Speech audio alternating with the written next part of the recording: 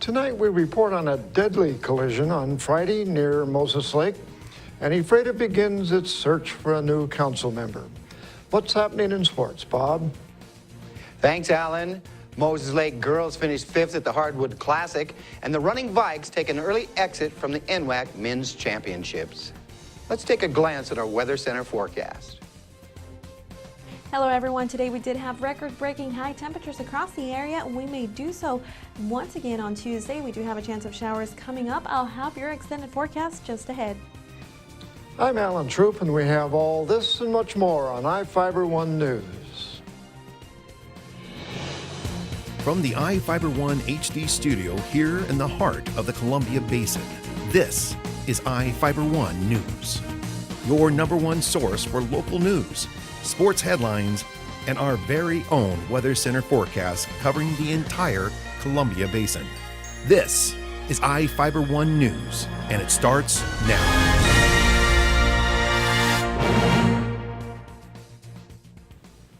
An Odessa man died in a collision with a semi-truck Friday morning about 5 miles east of Moses Lake. Michael Walter, a 56-year-old man, was driving a 1996 Chevrolet pickup truck west on North Frontage Road East when he reportedly failed to stop at a stop sign at Road N Northeast. His pickup truck was struck on the driver's side by a 1998 Peterbilt semi-truck. Walter was flown to Confluence Health Central Washington Hospital in Wenatchee, where he was pronounced dead. A passenger in the pickup, Robert Kleinhans, a 38-year-old Quincy man, was taken to Samaritan Hospital in Moses Lake. He is listed in serious but stable condition in the intensive care unit. The driver of the semi-truck, James Rivera, a 33-year-old Moses Lake man, was not injured. The road was closed for about 10 hours while the Sheriff's Office Motor Traffic Unit investigated. Students showed off a variety of science projects were on display last week for the first time at Parkway Elementary School in Ephrata.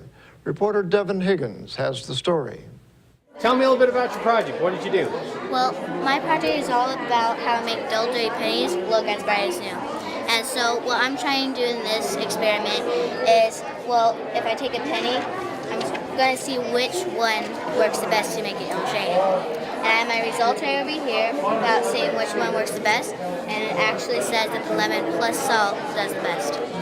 Ephrata's Parkway Elementary School played host to its first science fair on Thursday. 5th and 6th graders from Parkway and Grant came together to show a wide variety of projects and experiments covering biology, chemistry, and physics. People from the Grant County science community served as advisors and reviewed each student's project. Parkway science teacher Joelle Malone said the idea was to find something that got students and community members more involved in science. Well, we've always done a science night, and we usually try to find activities, and we've had really low turnouts for that, so we were trying to think, how can we make this a little bit different, maybe a little less work for us with a little more turnout for it. So we decided to have the 5th and 6th graders do science fair projects, making sure that they were going through their hypothesis or predictions, knowing their procedures for investigations, being able to talk about the different variables, and then come up with conclusions and use data to prove it. Students who took part are using the fair as a stepping stone to compete in the Washington State Science and Engineering Fair in Bremerton at the end of March. In Ephrata, Devin Higgins for iFIBER 1 News.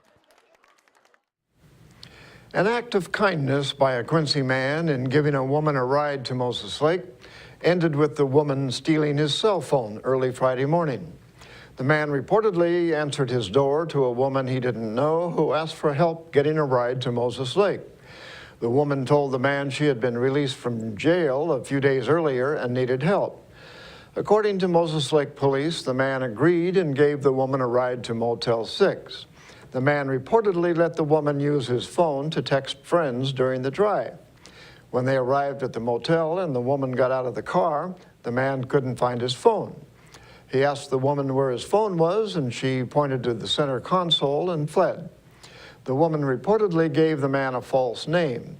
He described her as Caucasian, tall and skinny, with shoulder-length light brown hair, wearing a jean jacket, white shirt, jeans, and dark red boots.